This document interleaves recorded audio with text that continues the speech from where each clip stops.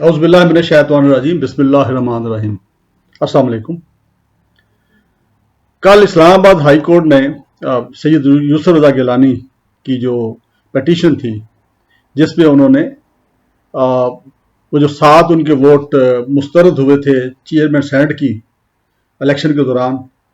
اس فیصلے کو انہوں نے چیلنج کیا تھا جو پریزائڈنگ افسر کا فیصلہ تھا، اور اس کی جو ہیرنگ ہے وہ چیف جسٹس آف اسلام آباد ہائی کورٹ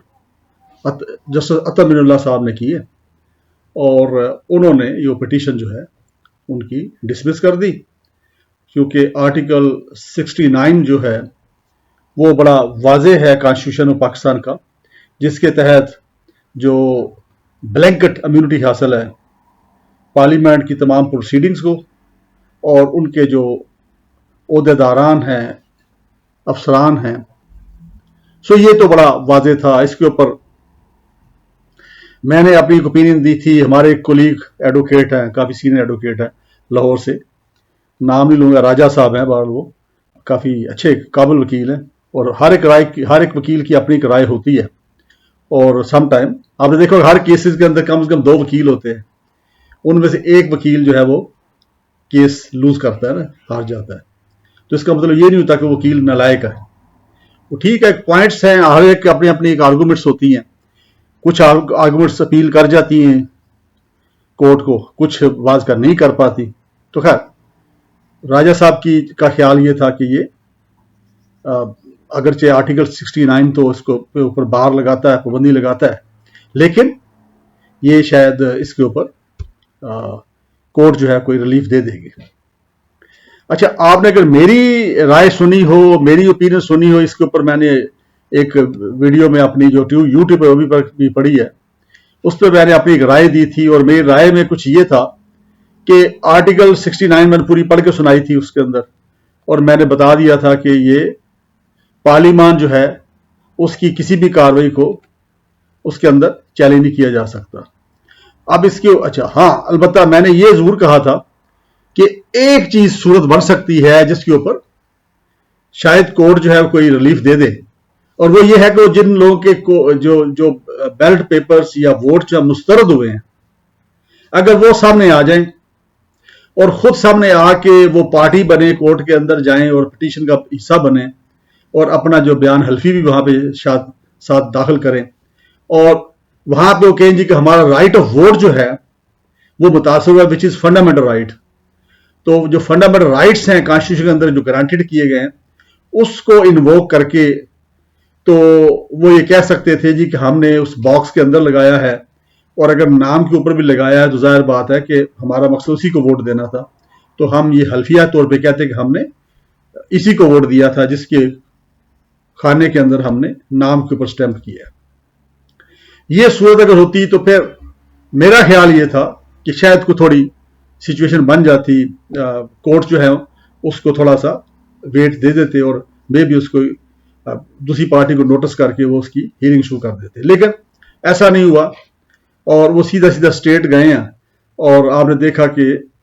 پہلی پیشی پہ ہی جو کورٹ نے اس کو مینٹینیبل ہی نہیں سمجھا اور اس کو خارج کر دیا، اور ساتھ آبزرویشن بھی آنریبل چیف جسٹس کی ہیں کہ بھی اگر میجورٹی آپ کی ہے اور ابھی بھی ہے تو جائیں جا کے نو کانفیڈنس موشن لائیں سٹنگ چیئرمین کے خلاف، اور یوسف رضا گیلانی دوبارہ بن جائیں چیئرمین، تو یہ تو اس کا ہو گیا۔ اب اس کے اوپر جو بیان سنا گیا ہے یا جب بیان دیا گیا ہے مسٹر بلاول بھٹو زرداری کا، تو انہوں نے کہا جی کہ ہم جو نیکسٹ فورم ہے اس کے اندر ہم جائیں گے جو لیگل فورم اویلیبل ہے اس فیصلے کے خلاف۔ تو اب ظاہر بات ان کے پاس 2 آپشن ہیں،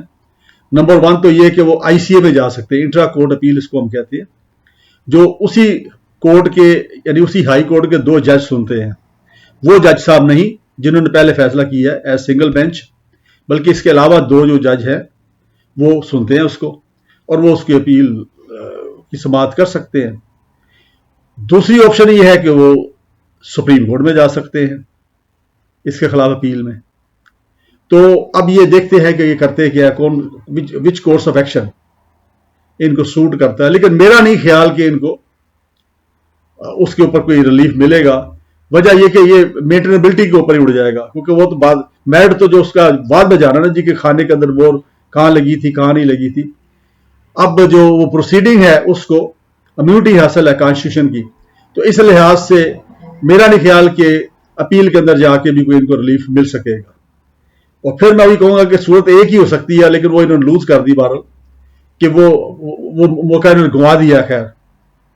اب چونکہ فیصلہ آ ہی گیا ہے ہائی کورٹ کا، تو اگر اس وقت وہ 7 جو تھے ووٹرز جن کے ووٹ جو ہیں ریجیکٹ ہوئے وہ سامنے آتے اور اپنا فنڈامنٹل رائٹ جو ہے اس کو کلیم کرتے کہ یہ ہمارا وہ متاثر تو پھر پاسبلٹی ہو سکتی تھی. تو اب تو یہ سچویشن ہے. اور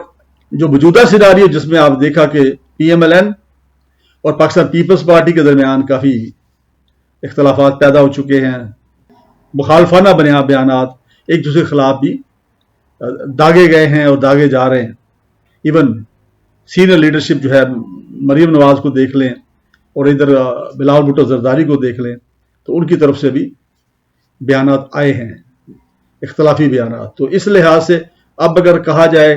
کہ سینٹ کے اندر ان کی اکثریت ہے تو اب تو اکثریت پھر اس حساب سے تو نہیں رہے گی نا، کیونکہ اس میں سب سے بڑی جو پارٹی بن کے آتی ہے سینٹ کے اندر اس الیکشن کے بعد وہ پی ٹی آئی ہے، سب سے زیادہ سینٹر ان کے ہیں. اس کے بعد پھر پاکستان پیپلز پارٹی آتی ہے. تو اب چونکہ ان کی درمیان اختلافات پیدا ہو گئے ہیں تو دیکھتے ہیں کہ اب یہ اونٹ کس کروٹ بیٹھتا ہے. لیکن میرا خیال ہے کہ چیئرمین سینٹ کا جو معاملہ ہے وہ اب ہو گیا، پاسٹ اینڈ کلوز ٹرانزیکشن ہو گیا. اب میرا خیال ہے کہ وہ بات ختم ہی ہو گئی ہے. اچھا اب ایک سوال یہ پیدا ہوا، کئی دوست یہ کہہ رہے تھے کہ جی وہ جو پروسیڈنگ تھی وہ پارلیمانی پروسیڈنگ نہیں تھی، وہ تو الیکشن ہو رہا تھا. تو اب جو بھی کچھ پارلیمنٹ کے اندر ہوتا ہے،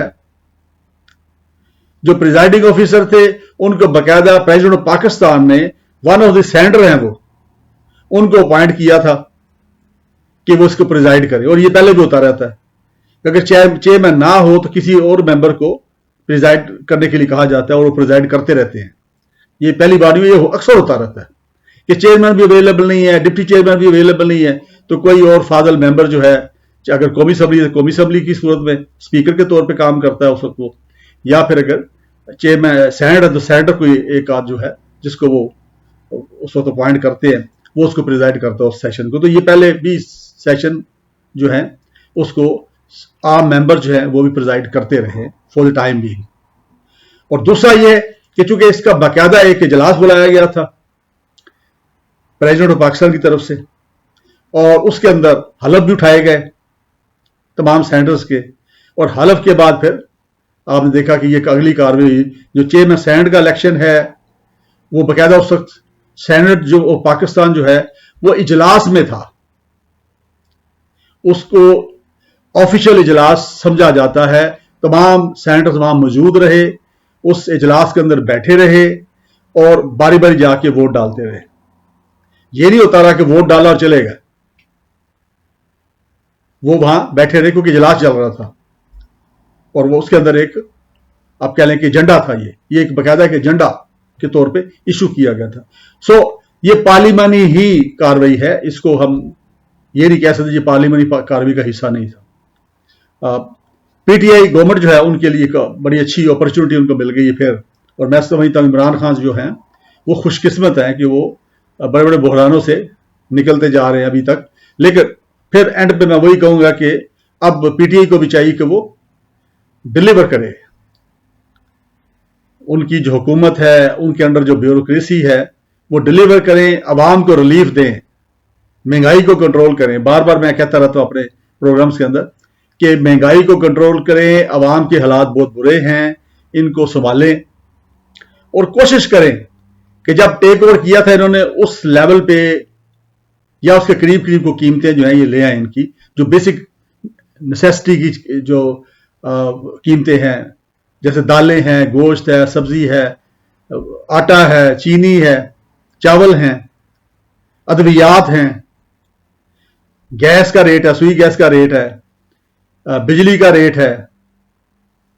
پیٹرولیم پروڈکٹس ہیں. تو کوشش کریں کہ عوام کو ریلیف دیں اور جب انہوں نے اقتدار لیا تھا اس کے قریب قریب اس کو